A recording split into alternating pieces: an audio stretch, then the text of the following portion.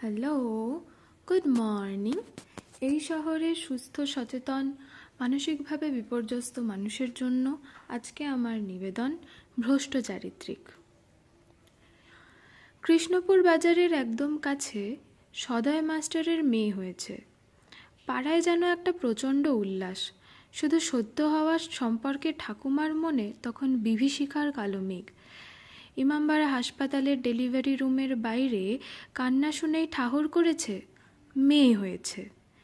মেয়েরা নাকি সুর টেনে কাঁদে, আর ছেলেরা কাঁদে ফুপিয়ে ফুপিয়ে, থেমে থেমে।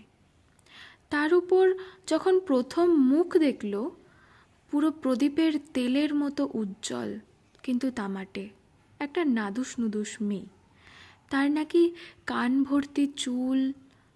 সম্পর্কে পিসি বলছে পুরো ট্রে ভর্তি করে এসেছে মায়ের কোলে, পুরো বাবার মুখ বসানো। পুচকির নাম তো আগেই রাখা ছিল, তখনকার দিনের নায়িকার নামে। জন্মানোর আগেই নাকি পাশের বাড়ির ডোরো কাকিমা স্বপ্ন দেখেছিল মেয়ে হয়েছে, আর সেই মেয়ে নাকি নিজে নিজেই বলছে ওর নাম পুনম ধিলন। ওর বাবা দর্জির কাজ করে আর মা টিচার। সেই নামেই ওর নাম হলো পুনম। দেখতে দেখতে ফুটফুটে মেয়েটা হামাগুড়ি না দিয়েই হাঁটা শিখে গেল। তা হামাগুড়ি দেবেই বা কী করে? বাবার সদ্য চাকরি এবং মায়ের বিয়ের মাত্র 1 বছরের মধ্যেই তো পুনম এসে হাজির।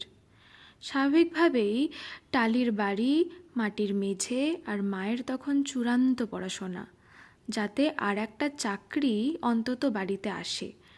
আসলে বাবার ছায়ায় পিসির বিয়ের দায়িত্ব, বেকার কাকার দায়িত্ব। তাই ওই স্ত্রী হিসেবে পাশে থাকতে চাওয়ার প্রচণ্ড ইচ্ছা যাকে বলে।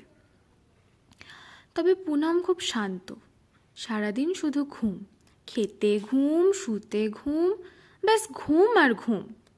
মনে হয় বুঝেই গেছে ছোট থেকেই মেয়েদের চুপ থাকা শিখতে হয়। দেখতে দেখতে 3 বছর মায়ের আঁচলের ব্যস্ততায় চোখের পলকে পেরিয়ে গেল। মা চাকরি পেল অনেক দূরে। পুনমের বয়স তখন মাত্র 3.5। সকাল 6:30 গণদেবতা আর রাত 9টার গণদেবতা যাওয়া আসার নিত্যযাত্রী। বাবাকে আর কে পায় তখন? বউ নেই বাড়িতে। এবার তো আরও বেশি রাজনীতি করা যাবে, আরও বেশি ক্ষমতার লোভে মগজ ডুবিয়ে রাখা যাবে। কিন্তু হ্যাঁ, মেয়ের সব দায়িত্ব পালন করেছে। স্নান, খাওয়া, ঘোরা, পড়াতেও বসে। ফুল সাউন্ডে টিভি চালিয়ে মেয়েকে উল্টো দিকে ঘুরিয়ে পড়া জিজ্ঞেস করে। আর মেয়েও সেরকম উল্টো দিকের আয়নায় বাবার হাতে খুলে রাখা বইটা টুক করে দেখে নিয়ে একদম ঠিক ঠিক উত্তর বলে। কিন্তু বাবাও তো ওই 10টা 5টার খদ্দের। গোটা দুপুর তাই রেখে যেতে হয় বংশের এক ভাই সম্পর্কে পুনমের কাকা রমেনের হাতে। সারাদিন ওই টালির ঘরে পুনম আর রমেন। এই দেশে এসে ওই টুকটাক কারখানার কাজটাও করা হয়, ফ্রিতে খেতেও পাওয়া হয়। তাই একটা বাচ্চা মেয়েকে সামলাতে কি আর লাগে, ওই 1 ঢিলে 2 পাখি।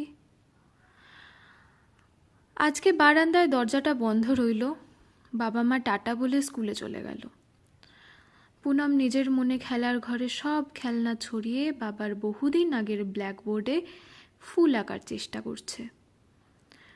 বোর্ডের বর্ডারে জমে থাকা চকের গুঁড়ো নিয়ে প্রিয় কাকার গায়ে একটু লাগিয়ে দিতেই যাচ্ছিল, ঠিক সেই সময় রমেন পুনমকে তুলে নিয়ে গেল বেডরুমে।